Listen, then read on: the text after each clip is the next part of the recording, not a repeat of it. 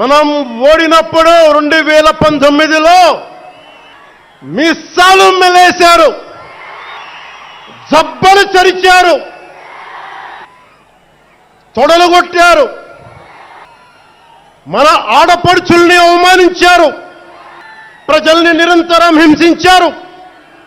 ఇదే న్యాయమని మన నాయకులు, మన జన సైనికులు, మన వీర మహిళలు అందరూ అడిగితే, గొంతెత్తితే వారిపైన కేసులు పెట్టారు, జైళ్లలో పెట్టారు, నిర్బంధంలో తోశారు. 4 దశాబ్దాల సుదీర్ఘ రాజకీయ అనుభవం ఉన్న నాయకుణ్ణి అక్రమ కేసుల్లో బంధించారు. వారి తెలుగుదేశం పార్టీ కార్యకర్తల్ని, సీనియర్ నాయకుల్ని రోడ్డు మీదకి రావాలంటే భయపడేలా చేశారు. ఇక్కడ అలాంటి వాణ్ణి తిట్టని తిట్టు లేదు, పాల్ చేయని అవమానం లేదు, చేయని కుట్ర లేదు, వేయని కుతంత్రం లేదు. ఈ ఎన్నికల్లో అసెంబ్లీ గేటును కూడా తాకలేవు అని మనల్ని ఛాలెంజ్ చేసి సరిచిన ఆ తొడల్ని బద్దలు కొట్టాం. ఏం చేశాం? బద్దలు కొట్టాం. బద్దలు కొట్టి ఆంధ్రప్రదేశ్ అసెంబ్లీలో 21 మంది ఎమ్మెల్యేలతోటి, పార్లమెంటులో 2 ఎంపీలతోటి అడుగు పెట్టాం. దేశమంతా తల తిప్పి తిరిగి చూసేలా 100% స్ట్రైక్ రేట్తో ఘన విజయం సాధించాం. ఎన్డీఏ కూటమి ప్రభుత్వాన్ని నిలబెట్టాం. ఈ రోజు జయకేతనం ఎగరేస్తున్నాం. జై జనసేన, జై జనసేన, జై జై జనసేన, జై.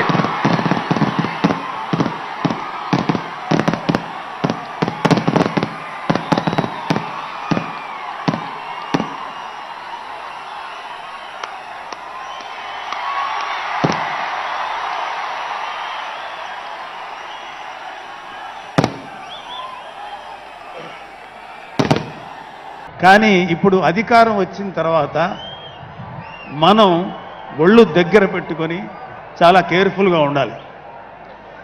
అలా ఒళ్ళు దగ్గర పెట్టుకోకుండా నోటికొచ్చినట్లు మాట్లాడితే ఏం జరుగుతుందో మనందరం కళ్ళారా చూస్తున్నాం. ఇవాళ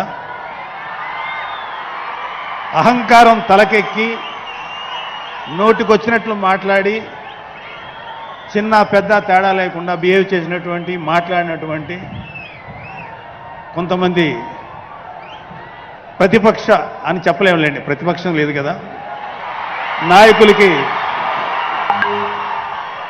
ఏం జరిగిందో తెలుసుకున్నాం. కాబట్టి ప్రతి మాట ఆచితూచి మాట్లాడాలి. సో అందుకని కొంచెం అది కూడా కాకుండా మేమందరం కూడా మాకు కొన్ని లిమిటేషన్స్ ఉన్నాయి. మన ప్రెసిడెంట్ గారు ఏమాత్రం ఒక మాట తేడాగా మాట్లాడినా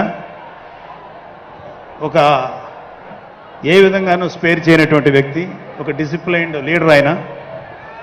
సో ఆయన ఆధ్వర్యంలో చాలా జాగ్రత్తగా పనిచేస్తాం, జాగ్రత్తగా మాట్లాడతాం. సో అయితే ఎన్ని మాట్లాడినా ఒక విషయం అయితే మనం మాట్లాడుకోవాలి. ఒక సినిమా స్క్రిప్ట్ కానీ, ఒక ఉపన్యాసం కానీ, దానికి కొన్ని లక్షణాలు ఉంటాయి. అంటే ప్రతి స్పీచ్లోనూ ఒక హీరో, అంటే ఒక సినిమాకి చెప్పిన ఒక హీరో, ఒక విలను, ఒక హీరోయిన్, ఒక హాస్యగాడు, ఇలా ఉంటారు. సో మనం వైసీపీ హాస్యగాళ్ళ గురించి చెప్పుకోకుండా ఈ స్పీచ్ని ఎండ్ చేయలేం. ఎందుకంటే జగన్ లాంటి హాస్యనటుడు కనే కళల గురించి మీకు చెప్పాలి. ఆయన ఎలక్షన్స్ అయిపోక ముందు నిద్రలోకి వెళ్ళారు. ఇప్పటికి నిద్ర లేవాలి. అప్పుడప్పుడు నిద్రలో లేచి కలవరిస్తుంటారు. మొన్న కూడా ఒక మాట చూశారు.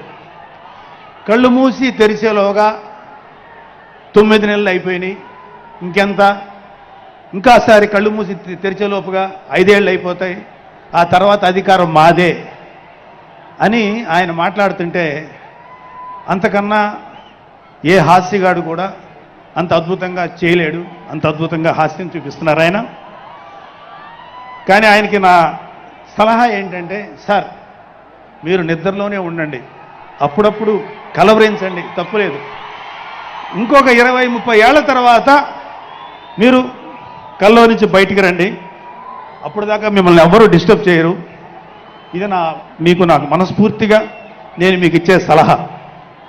మీరు 20 ఏళ్ల తర్వాత మేలుకోండి, ఆ తర్వాత మీ ఇష్టం. మేమైతే 20 ఏళ్ల దాకా మిమ్మల్ని హ్యాపీగా పడుకోమనే సలహా ఇస్తున్నాం. అలాగే మీరు కూడా జన సైనికులు కూడా మీరు కూడా మీ పక్కన వాళ్ళని మంచిగా చూడండి. మన పార్టీ పైకి తీసుకొచ్చేదానికి, మన నాయకుడు ఇంకా ఎదిగేదాని కోసం ఇంకా కూడగట్టుకోవాల్సిన బాధ్యత కూడా మీ మీద ఉందని కూడా ఈ సభాముఖంగా తెలియజేసుకుంటా ఉన్నాం. మన నాయకుడు మనల్ని కాపాడుతాడు, మన నాయకుడిని ఎదిగించేదాని కోసం మీరందరూ కూడా కష్టపడాలని చెప్పి కూడా కోరుకుంటూ, నా ప్రాణం ఉన్నంత వరకు నేను పవన్ కళ్యాణ్ తోటి గారితో ఉంటాను. నాకు పదవి వచ్చినా రాకపోయినా పర్వాలేదు, నేను పవన్ కళ్యాణ్ తోటే ఉంటాను.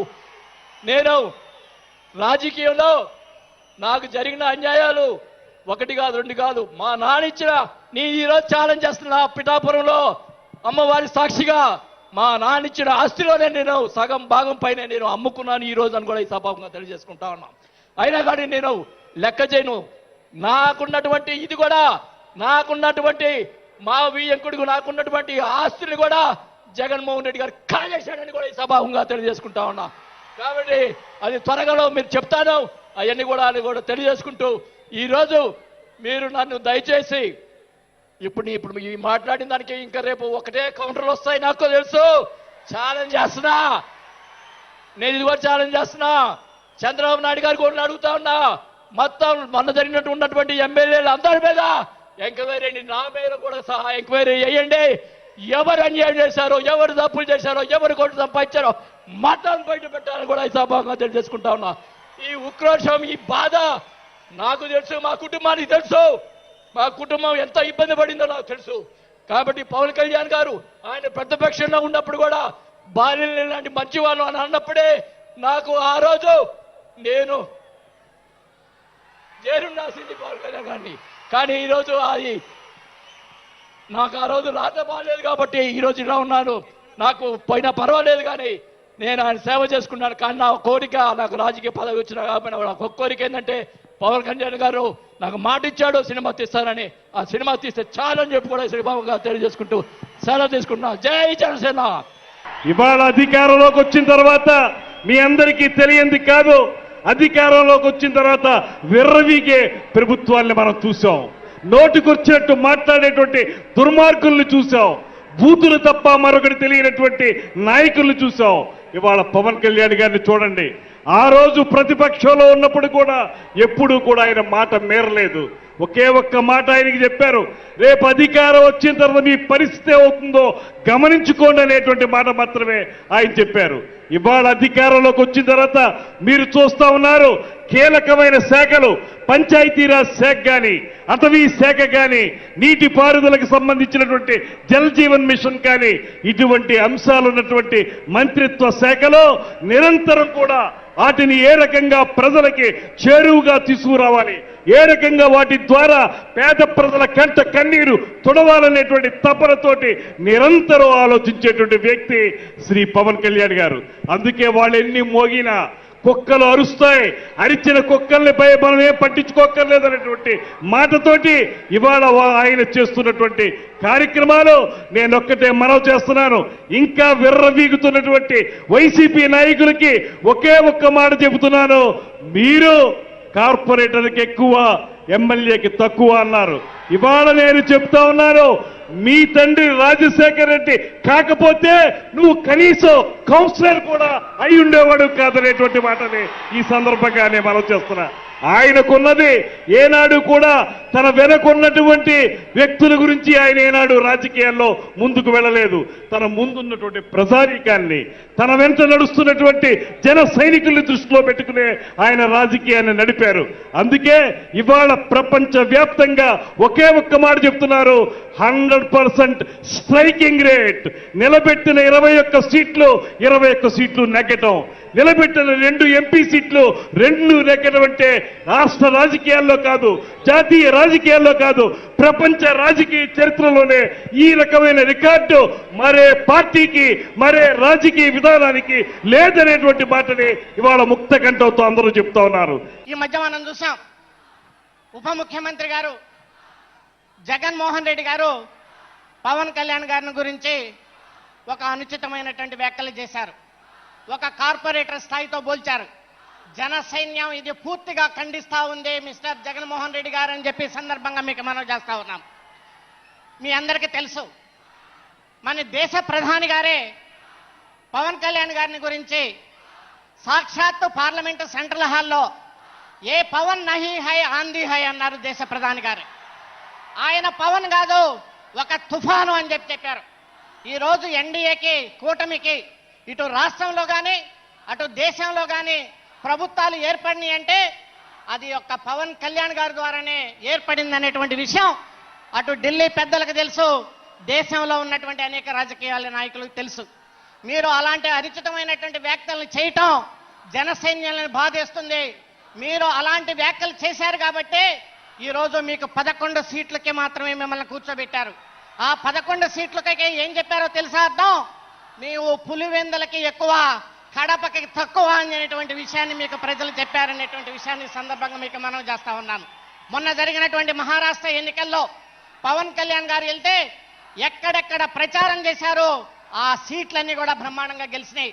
ఆ విషయాన్ని మాకు స్వయంగా నేను ఉదయ్ శ్రీనివాస్ గారు వెళ్తే అమిత్ షా గారే చెప్పారు, బ్రహ్మాండంగా ప్రచారం చేసి ఎన్డీఏకి మాకు మద్దతు పలికారు మహారాష్ట్రలో కూడా. అలాంటి వ్యక్తి మరి ఈరోజు పవన్ కళ్యాణ్ గారు ఇంగ్లీష్ మాట్లాడగలరు, హిందీ మాట్లాడగలరు, అలాగే తమిళ్ మాట్లాడగలరు, కన్నడ మాట్లాడగలరు, అన్నిటికంటే తెలుగు బ్రహ్మాండంగా మాట్లాడగలరు. మీరు తెలుగుకి ఎక్కువ, ఇంగ్లీష్కి తక్కువ మిస్టర్ జగన్మోహన్ రెడ్డి అనేటువంటి విషయాన్ని కూడా సందర్భంగా మనం చేసుకుంటాం.